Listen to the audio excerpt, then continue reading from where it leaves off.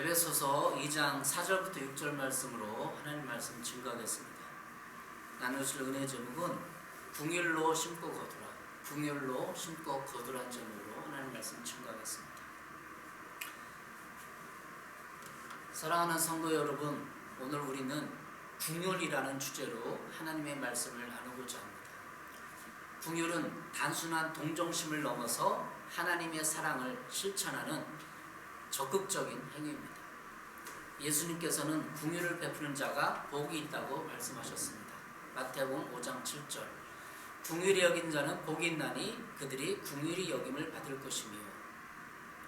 궁율은 단순히 불쌍히 여기는 마음을 넘어서 고통받는 이들과 함께 아파하고 그들의 필요를 채워주기 위해 적극적으로 나서는 사랑의 실천입니다. 예수님께서는 우리에게 궁율을 베푸는 삶을 살라고 끊임없이 가르쳐 왔습니다. 오늘 말씀을 통해 우리 안에 궁율의 마음이 더 깊어지고 세상을 향해 궁율을 실천하는 삶을 살아가시길 바랍니다. 궁율은 우리를 하나님의 자녀답게 만들고 세상을 변화시키는 강력한 힘입니다. 궁율을 한마디로 얘기하면 불쌍히 여깁니다. 불쌍히 여깁니다. 사람들이 불쌍합니까, 여러분? 돈이 많거나 학력과 지위가 있거나 그런 어떤 힘 있는 사람들은 불쌍해 보이지 않아요. 그러나 우리가 기독교적인 시각으로, 성경적인 시각으로 하나님의 마음을 품고 그런 힘 있는 사람들, 유력한 사람들, 권력을 가진 사람들을 보면 다 불쌍한 거예요. 우크라이나 전쟁이 3년이 넘어가고 있는데 푸틴 대통령, 젤렌스키 대통령 다 불쌍한 거예요. 그들은 전쟁의 당사자고 피해자인데 그렇게 보지 마시고 성경적인 관점으로 보면 다 구원받아야 할 죄인인 것이죠. 그래서 그들을 성경적인 관점으로 불쌍한 영혼으로 봐야 됩니다. 그게 궁율의 의미예요. 넓은 의미예요. 성경에서 궁율은 헤세드, 히브리어의 헤세드, 그리고 헬라의 엘레오스라고 합니다. 이는 단순히 불쌍히 여기는 마음을 넘어 고통받는 자에게 필요한 도움을 베푸는 적극적인 사랑을 의미합니다. 궁율은 하나님의 성품을 반영합니다. 하나님께서는 우리를 궁휼히 여기셔서 죄에서 구원하시고 영원한 생명을 주셨습니다. 불쌍히 여겼다는 거예요. 불쌍해서 죄에서 구원해야 됩니다. 그대로 놔두면 죄 때문에 치고받고 싸우고 전쟁을 일으키고 죽어가고 또한 지옥불에 영원한 심판에 들어가게 되는 거죠. 그래서 하나님은 불쌍한 인간들을 구원하시고 결정하시고 계획을 세우셨어요.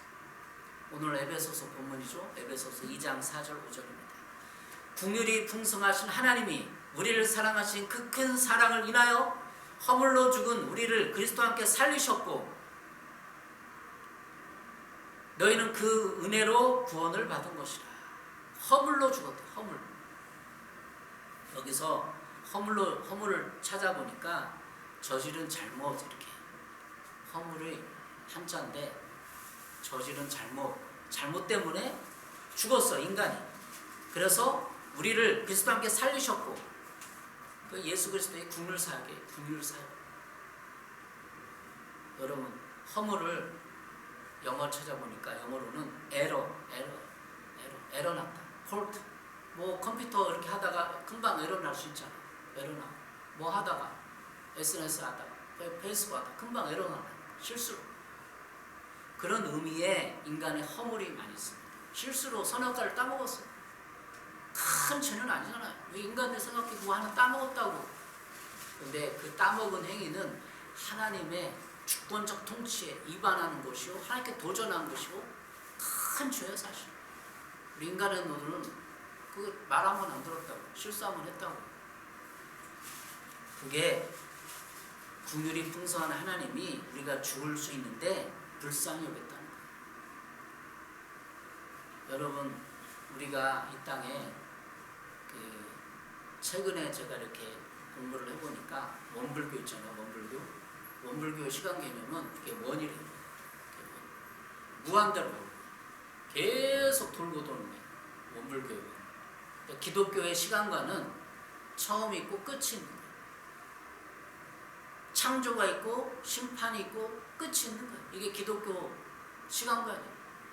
근데 하나님은 우리를 영생에 가기 위해서 어떻게 하냐, 시간을 끝내고 종지부를 꽂고 영원한 시간 속에 들어가는 거예요. 천국의 삶. 우리는 시간의 개념에서 끝이 있어요. 기독교 시간은 끝이 있어요. 심판이 있어요. 그런데 왜 그렇게 시간이 한정되어 있냐? 영원한 하나님의 영생인데 우리가 죄를 범했잖아. 선악과를 따먹었잖아. 그래서 영원한 세계에서 죄를 범했기 때문에 시간의 개념이 생긴 거예요. 그렇지 않습니까, 여러분? 우리가 이제 영생을 얻어서 영원한 삶을 가는데 계속 사이클 뜨면서 영원한 삶을 살 거예요. 그렇게 설명할 수밖에 없는 거죠. 영생. 그런데 하나님은 우리가 죄를 졌기 때문에 시간을 끝내고 영생으로 다시 환원시키기를 원한다는 거죠. 여기서 긍휼은 하나님의 성품을 나타내는 중요한 단어입니다. 하나님은 죄로 인해 고통받는 우리를 불쌍히 여기시고 독생자 예수 그리스도를 통해 구원의 길을 열어주셨어요. 하나님은 죄로 인해 고통받는 인간을 보신 거예요. 여러분 스스로 한번 보세요. 여러분 인생도 보고 모든 사람들이 왜 고통을 당하나? 죄로 인해 당하는 죄.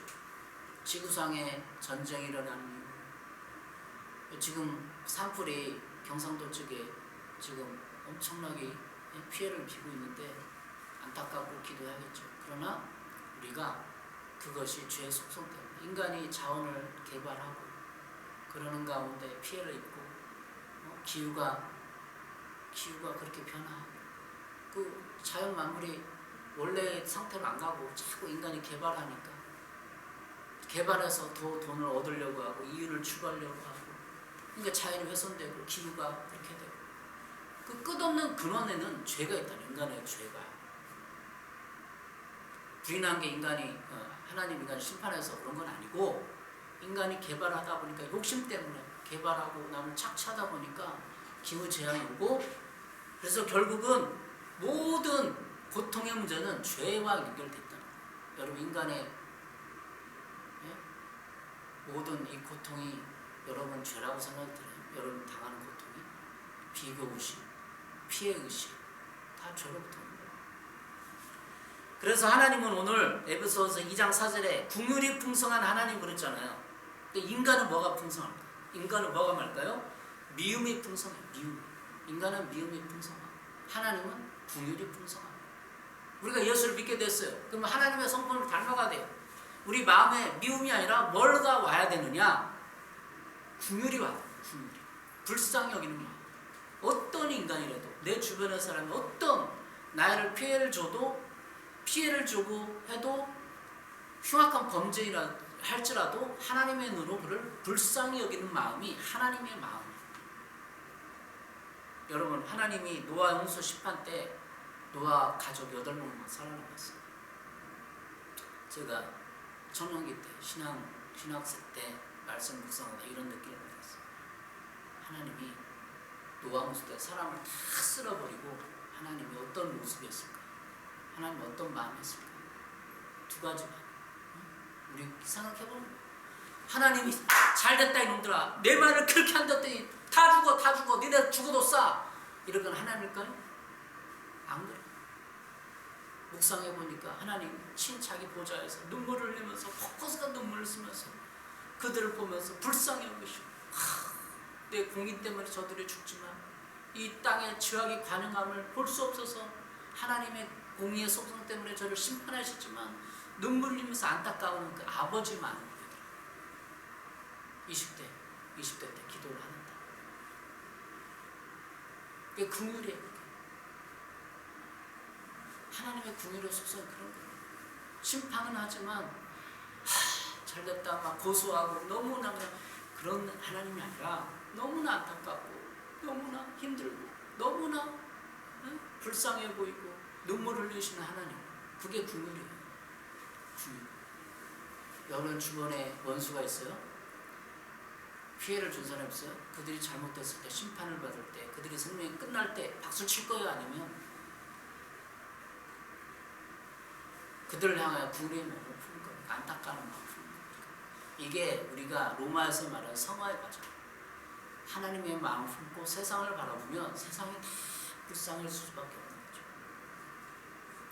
예수님께서는 수많은 병자와 가난한 자들을 만나서 그들의 아픔을 공감하고 치유하셨습니다. 무리를 보시고 불쌍히 여기시니 마태복음 9장 36절에 예수님은 모든 무리를 가난한 사람, 병든 사람, 뭐 어떤